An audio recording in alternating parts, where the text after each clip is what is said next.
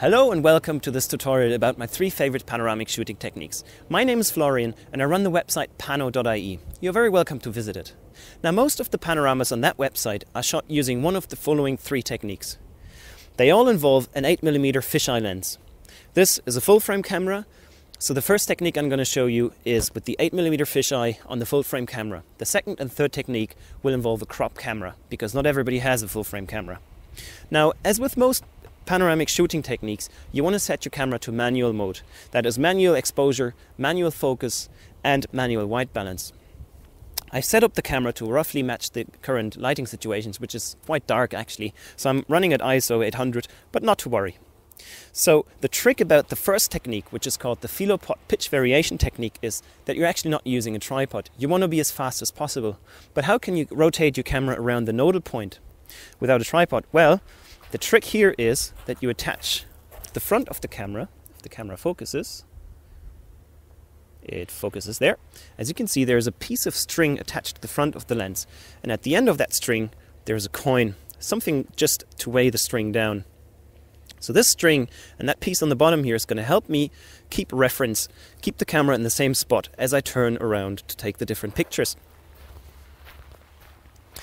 So let's start. The idea of the philopod pitch variation technique on a full frame camera is that you take 4 pictures, one in each direction, and that you're varying the pitch slightly up and down between shots.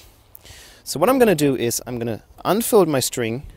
I am going to hang it above the same spot on the ground, and I'm not so much going to look at the camera, I'm more going to look at the string and the coin so that it stays above the same point on the ground. At the moment I have the camera tilted slightly down, so I'm going to take the first picture here. Then I'm going to turn 90 degrees, tilt the camera slightly up, keep the coin above the same spot on the ground, take the second picture. Same thing, tilting the camera slightly down again, I'm going to take another picture.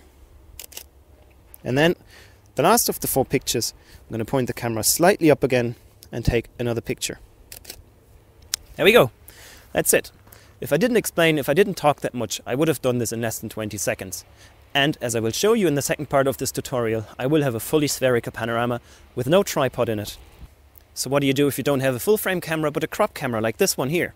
Well, I'm still using the same fisheye lens, and I'm also going to take 4 pictures. However, I'm going to take an additional 2 pictures, one up and one down. But the idea remains the same. Again, with the string hanging about the same point on the ground, I'm going to take 4 pictures. This time, however, I'm going to keep the camera straight, so just pointing straight at the horizon level.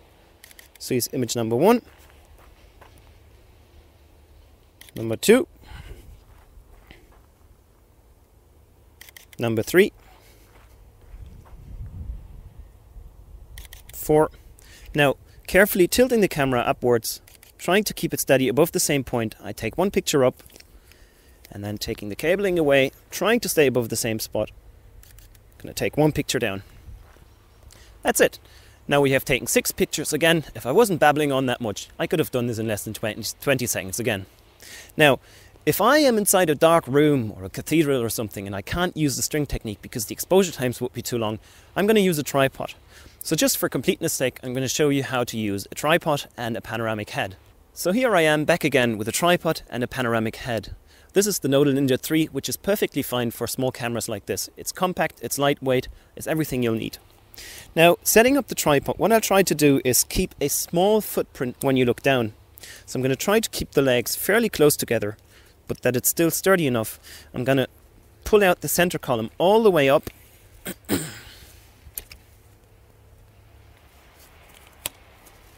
All the way up. There we go. I should have done this before. Anyway, I'm just going to make sure the bubble level is roughly in the center. There we go. So the idea now is I'm going to take 7 pictures, 1 in each compass direction, 1 up, 1 down, and 1 from a slightly different angle, just so I can remove the tripod afterwards. So here we go. I've got the camera set to a much smaller ISO and the 2-second delay mode, so there's no shake in it. So I'm going to take the first picture. And take the second picture, rotating 90 degrees. Third picture, again 90 degrees apart. The last picture. Going back to my initial position, but now tilting the camera vertically up Getting my head out of the way. There's the church bell. Pointing it vertically down, just as a reference for the second shot I'm going to take off the ground. Getting out of the way. Now, the last one is a bit special. What I'm trying to do is I'm trying to cover the area that is at the moment is obstructed by the tripod itself. So I try to remember a spot above the ground. If I had anything in my pockets, I would put something on the ground.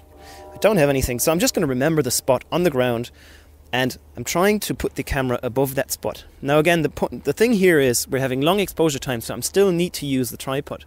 So what I'm going to do is I'm going to tilt the camera at an angle, and then I'm going to tilt it back like so, trying to keep it roughly above that spot on the ground. I'm going to pull out that extra leg, and then I'm going to stand on it. That way I can have the picture off that ground with the camera stabilized. So there we go. Here's the last picture. Now that's it. I took 7 pictures all around in each direction, one up, one down, and another one from a slightly different perspective to remove the tripod. So there we go, that's it. These are the 3 techniques that I mostly use. If I want obviously a higher resolution panorama, I'm going to use a longer focal length lens because that'll increase the resolution, but I'd also need more shots. Anyway, I hope you've learned something today.